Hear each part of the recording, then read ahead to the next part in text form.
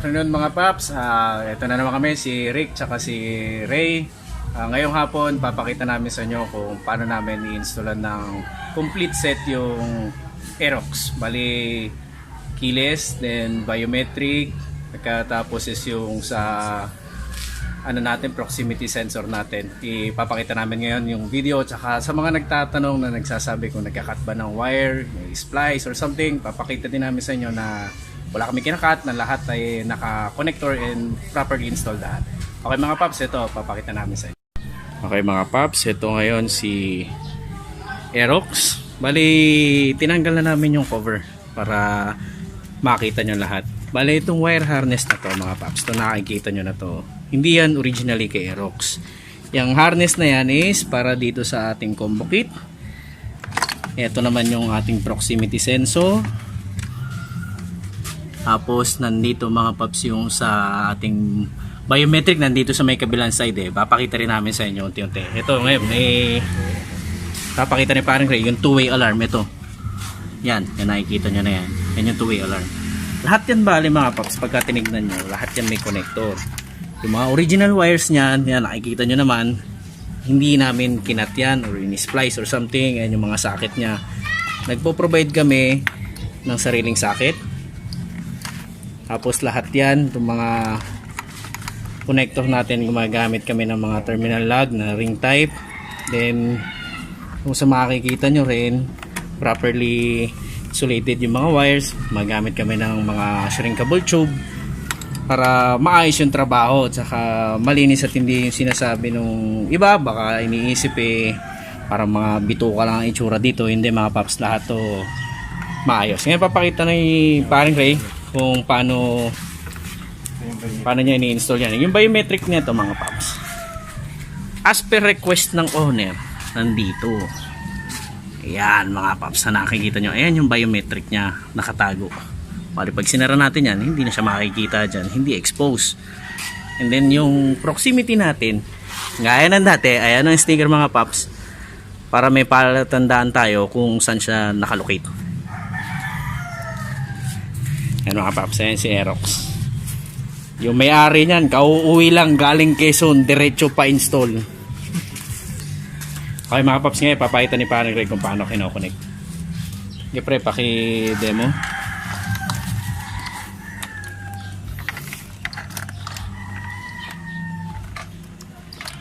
Dali pre, paki-explain mo kung para saan yung mga connector. Para to sa combo kit supply.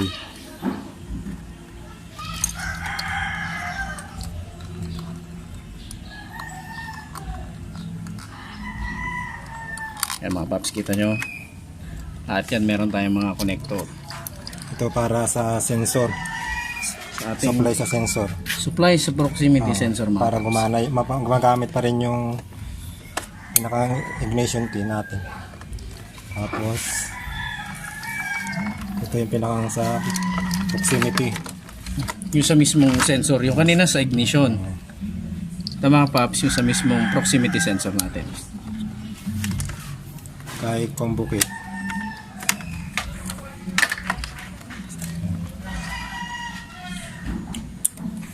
Kay two-way alarm.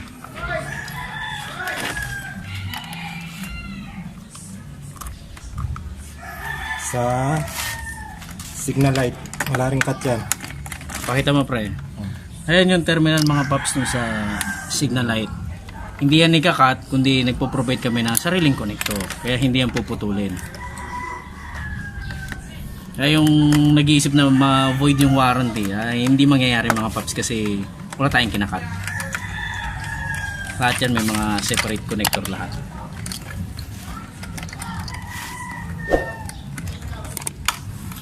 Ito naman yung sa biometric.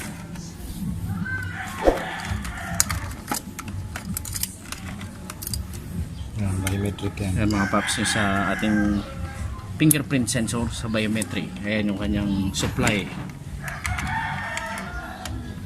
Okay. Ito naman yung sa push start. Wala rin putol dyan, naka-terminal. Pakita mo pa yung connector. Ayan mga paps, yung connector ng push start. Disconnect natin, then nakabit natin yung sarili nating connector. Tigas.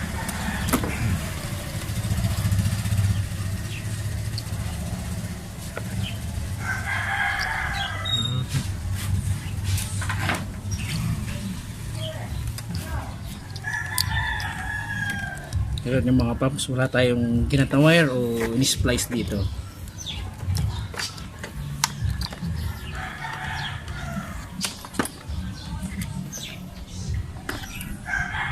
Sa grounding.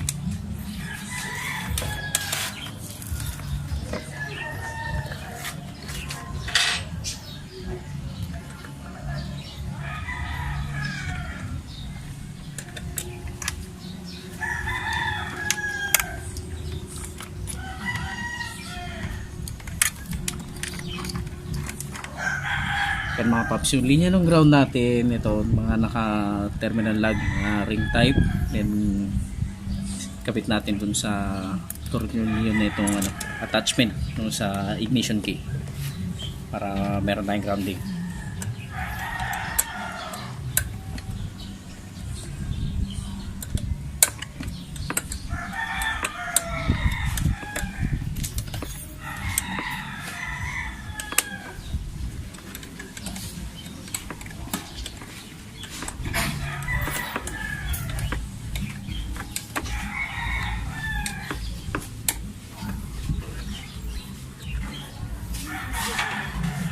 Sa ano to, sa switch push button para Ito mga ma-testing paps, natin. yung push button.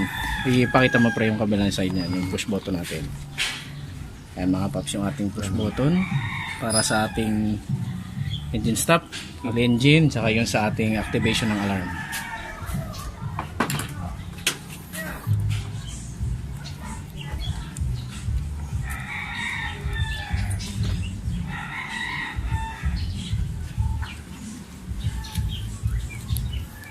Ayan mga paps, poging-pogi nitong Aerox na to. Kung titignan nyo mga paps, hindi po sticker yan. Naka airbrush po ginagamit dyan. Ito po yung para sa push button. Ayan mga paps, ito yung push button. Okay. Mga paps, oh. Ayan. Gusto natin start. So, sa Ayan mga paps, sa remote. Ito yung keyless. Nakita nyo mga paps. ito yung engine stop lang siya, engine stop. Engine stop, tapos yung sa isa niyan mga paps, yung ginagamit natin is yung kapag i-activate natin yung alarm. Ayan mga paps. Yan yung button na yan. Sa biometric, testing mo sa sensor. Yung pala, ano pre, sa sensor, kailangan So mga paps, kailangan naka-on yung susi natin, pero makita nyo mga paps, walang display yan. Dahil proximity sensor yan, pre, paki-activate mo yung ating sensor. Kung may 10 piso, pwede rin. Now, kita nyo mga paps. May sticker yan for the purpose lang ng video. Para makita nyo kung saan nakalocate. Kasi pag di natin nilagyan yan, dahil kulay itim yan, hindi nyo makikita to kung nasan banda.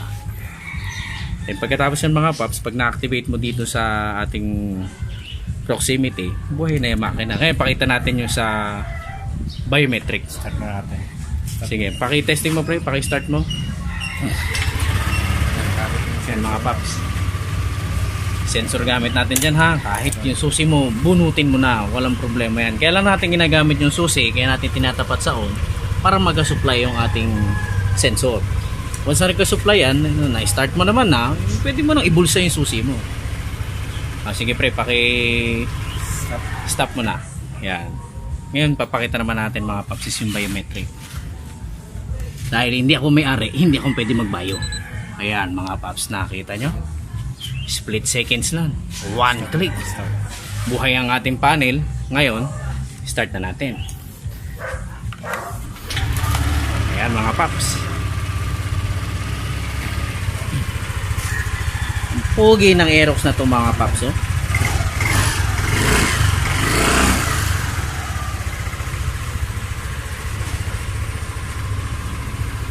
Ayan mga paps. Bali nakita nyo kanina yung ginamit natin yung remote start. Tapos yung sa proximity sensor, yung sa biometric na kita nyo naman tagong-tago at safe na safe ang pagkakapwesto nyan as per requested ng owner. Kaya dyan natin nilagay. Waterproof din yan. Pagkatapos kung halimbawa naman mga paps na yung biometric gusto nyong iabang, uy naka-biometric ako, pwede natin ilagay yan kung saan pwesto nyo gusto kasi waterproof naman yan.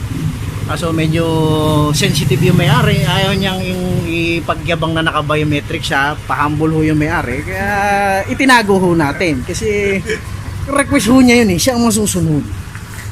Kanya mga paps, ganyang kapogi ang nagpapagawa yan, kapogi yung motor niya mga paps. Ngayon itong hawak ni paring Ray kakabit na natin para makover na natin to si Aerox.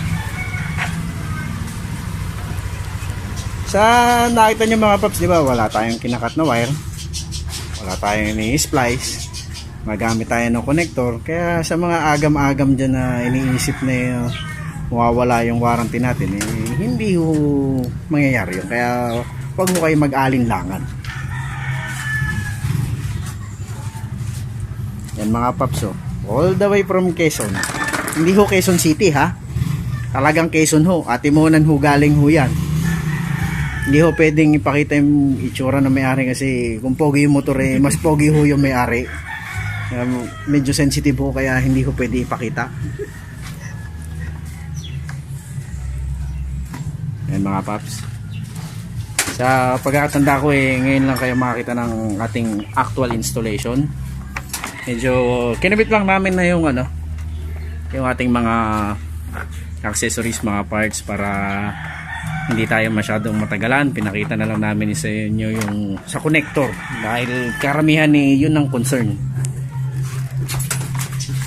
And mga paps, sobrang kakabisado na nung may-ari ng motor niya, kahit siya kaya niyang katayin yung buong motor niya. Kanya mga paps, parang hindi ho Aerox ang itinutulak simpleng simple. Ayan mga paps, sinisecure ho natin lahat ng wiring natin, hindi po pwedeng basta nakalawit. Kaya ginagamitan natin ng cable tie yan para wala mga nakausli na wiring. Bagong bago yung Aerox, nangingintab, parang kahapon lang binili mga kaibigan.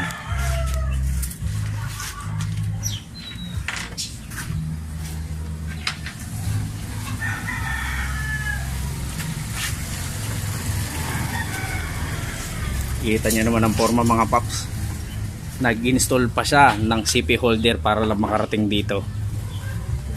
Buti na lang nakisama si Waze at hindi siya naligaw mga paps. Kaya dun sa mga gusto magpa-install, nasa details man ho ng video natin yung cellphone number. Pwede nyo pong i-text or tawagan. Pwede rin ho kayo mag-comment doon sa mismong video para sa mga inquiries ninyo mga paps. Yan yung wiring natin. Siyempre kailangan maayos siya. Hindi yung parang bituka na nagkagulo-gulo lang ho.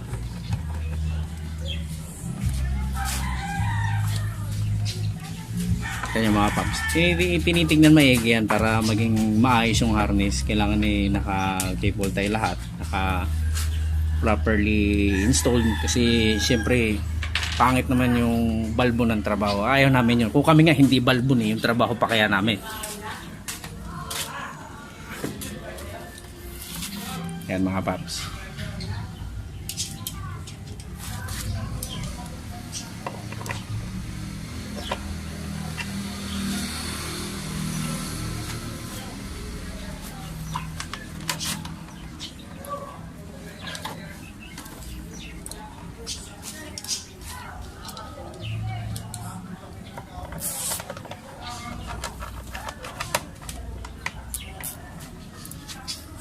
Bale mga paps, kung halimbawa gusto nyo i-check yung mga ibang video namin, makikita nyo naman yun sa aming YouTube channel.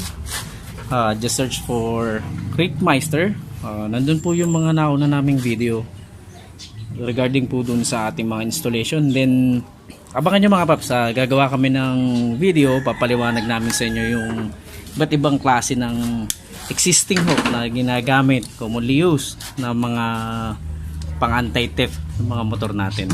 Then syempre i-feature namin yung sariling gawa namin dito para ano lang ho, para may comparison kayo, makita nyo kung ano yung advantages and disadvantages bawat isang security features gaya ng sa GPS, gaya ng sa two-way alarm, dun sa iba na yung ginagamit ko, nakakita ko yung kinakabit sa disc brake.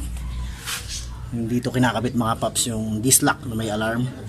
Yan, yung mga yan. Papakita namin sa inyo advantages and disadvantages at kung paano namin nagawa ng paraan na i-eliminate yung mga disadvantages noon dahil nga doon sa ginawa namin na combo kit na kung saan pinagsama-sama namin yung advantage ng bawat isa, kaya kahit paano yung mga disadvantages nila na compromise na wala na dahil doon sa ginawa ni paring Rig. Sa susunod na video mga paps, i-explain namin sa inyo regarding doon. And mga paps, almost done na sa wiring natin.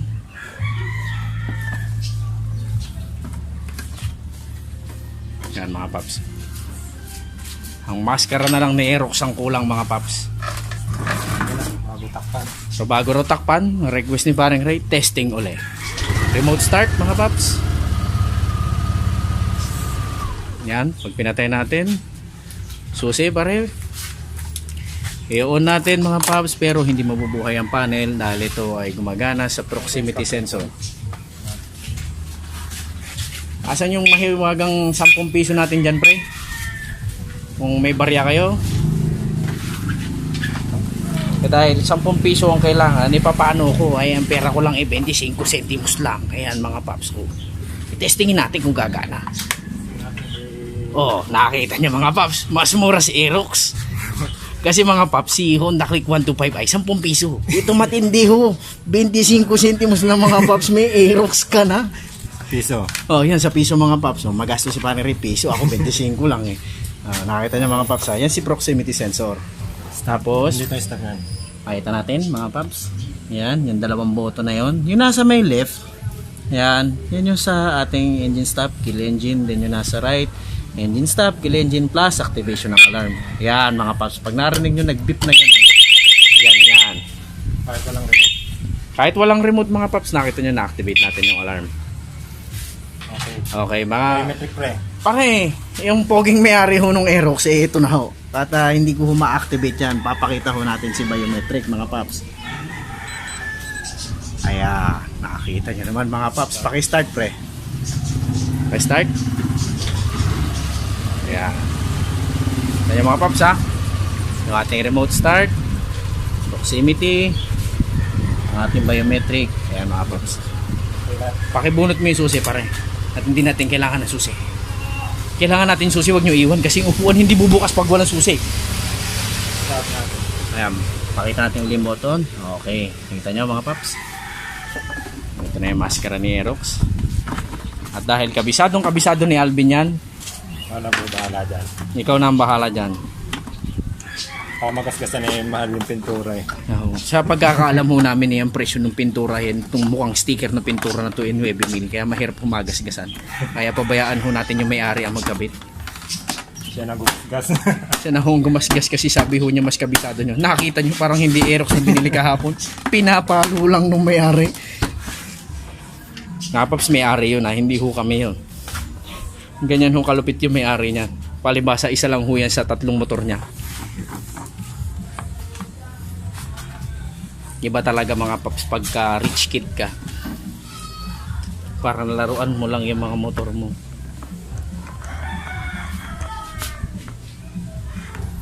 Yan mga paps. Ito si Aerox.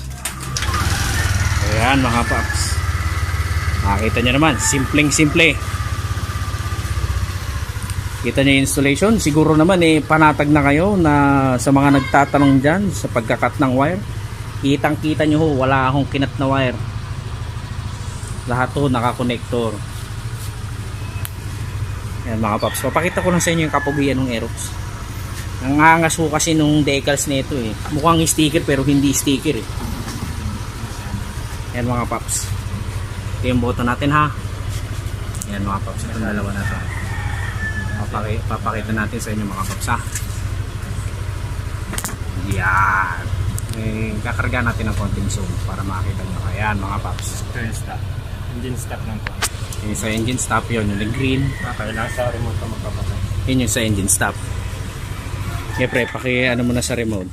Pagka remote start mga paps, ang gagamitin natin pampatay dyan, siyempre remote nga pinastart mo eh. Sa proximity mga paps, o kaya sa biometric, ang gagamitin natin dyan siyempre is yung sa natin, button. Kasi proximity yon tsaka biometric. Pag remote. Ayan mga paps, ito si Aerox uli. Napakita namin sa inyo all the way from Matimonan, Quezon, dumiretso dito, nagpa-install. Mga paps, abangan nyo yung susunod namin na video, yung sinasabi ko sa inyo, yung comparison, tsaka yung sa description, then advantages and disadvantages ng mga existing natin na anti-theft. Okay mga paps, hanggang sa susunod na video, paki-like and subscribe na lang po. Yan po ulit si Aerox. Okay mga paps, thank you.